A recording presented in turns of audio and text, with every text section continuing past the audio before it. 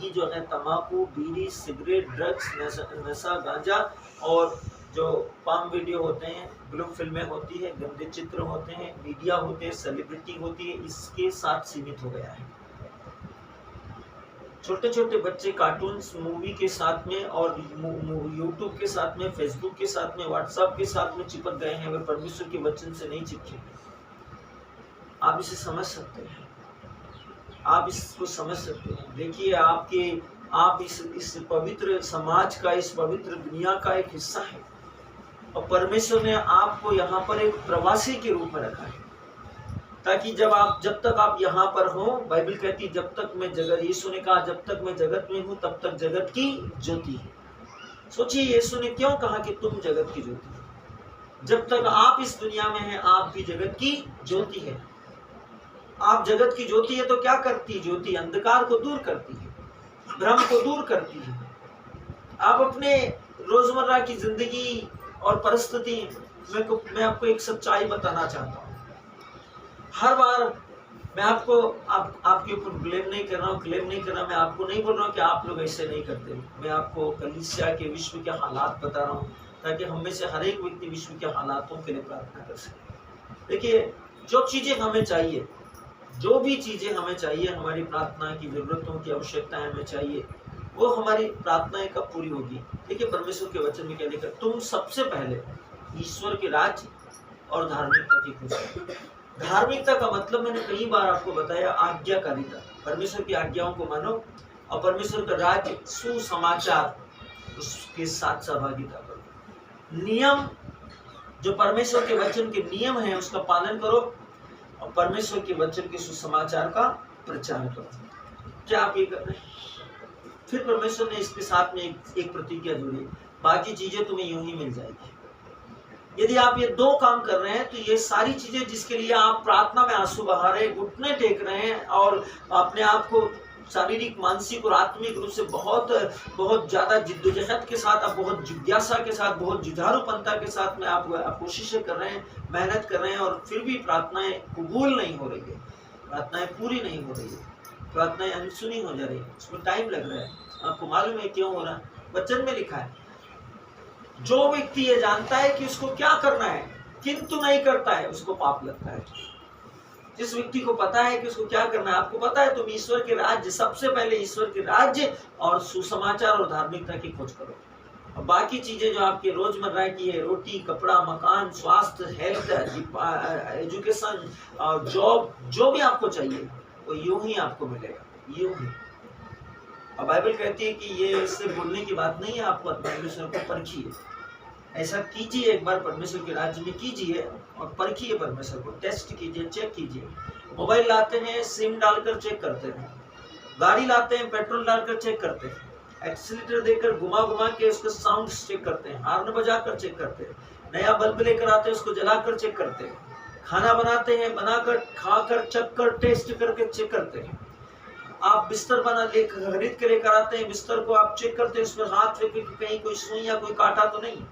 आप जो कुछ भी लेते हैं उसको चेक करते हैं। तो परमेश्वर के वचन को चेक कीजिए, परमेश्वर ने जो कहा उसको चेक कीजिए, उसको परखिए कि परमेश्वर ने जो कहा है क्या वो पूरा होगा कि नहीं होगा। क्या हमारा परमेश्वर मिथ्या बातें करता है? परमेश्वर का वचन कहता है परमेश्वर झूठ नहीं बोलता, परमेश्वर जो कहता है वो होता है। उसने कहा आकाश और पृथ्वी टल जाए तो टल जाए, लेकिन मेरे शब्द, बिंदु और मात्रा बिना पूरा हुए नहीं टलेगा, वो होके रहेगा। आपको प्रार्थना करना, विश्वास, सत्यनिष्ठा, आप सब के सब संत हैं, पवित्र संतों का याजकीय, राजकीय धर्म समाज है। आप परमेश्वर के पवित्र चुने हुए लोग हैं, आप रेवण हैं जिसको राज्य दिया गया है, जिसको अधिकार, आधिपत्य और सामर्थ्य और प्रभुताएं दी गई है। देश आपके हाथ में है, राज्य आपके हाथ में है, जातियां आपके अधीन कर दी गई है, विश्व की हर वस्तु आपके अंदर से बाहर लाई जाती है, विश्व की हर वस्तु। और सोचिए कि आप वस्तुओं के लिए प्रार्थना करें। मैं सुन रहा था, हमारे बीच में सिस्टर शर्मिला प्रार्थना कर रहे थे, प्रभु उनको ऑपरेशन की नौबत नहीं पड़े। ये गलत प्रार्थना है, प्रार्थना ऐसी मत कीजिए।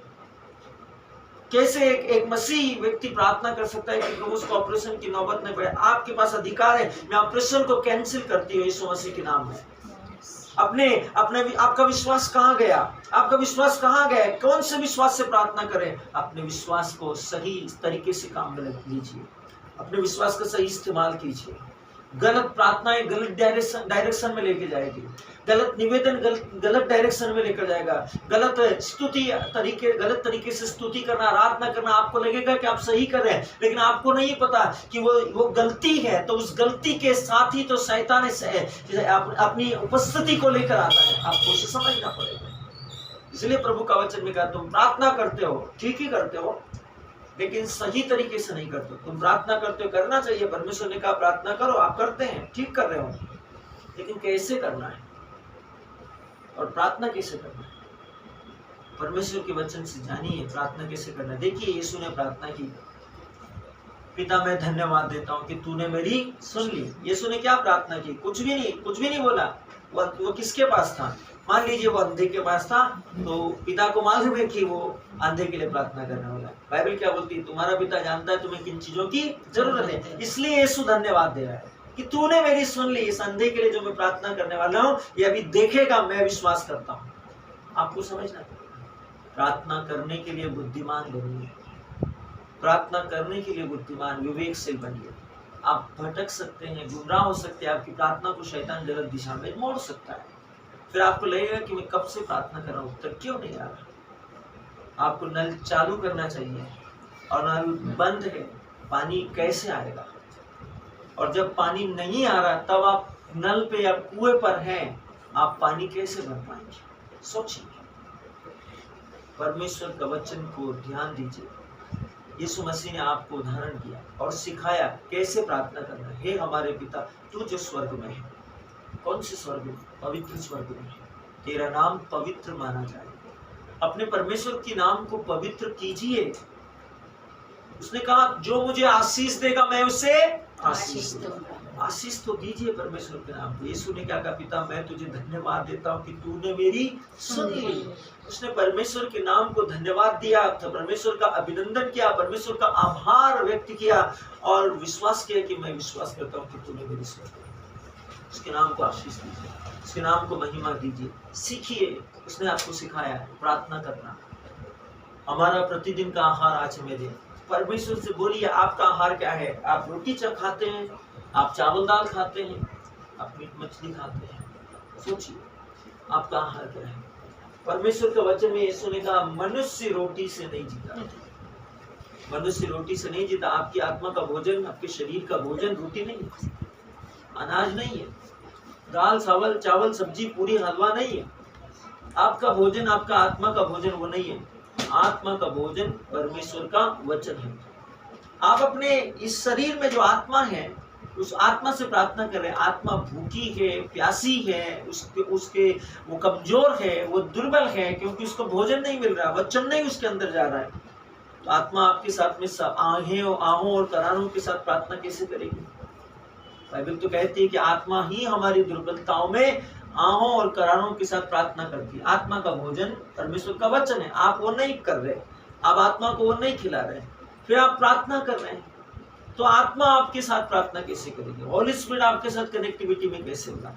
आत्मा आपके साथ प्रार्थना करेगी, आत्मा आपके साथ सहभागिता करेगी, आत्मा आपके साथ संगति करेगी, तब तो आपकी प्रार्थना का उत्तर आएगा, तब तो आपकी प्रार्थनाओं के रिजल्ट दिखाई देंगे। आत्मा संगति नहीं कर रहा, आत्मा रहित प्रार्थना है, विश्वास रहित प्रार्थना है, तो वहां पवित्र आत्मा कैसे आएगा? अभी कैसे विश्वास रहित प्रार्थना है? आप बुरा मत मानिएगा, मैं आपको नहीं बोल रहा, लेकिन आपको सिखाना मेरा काम है। विश्वास रहित प्रार्थना का मतलब यह है, बाइबल कहती है कि विश्वास सुनने से और जो सुनाया जाता है वो मसीह का सुसमाचार। तो विश्वास सुनने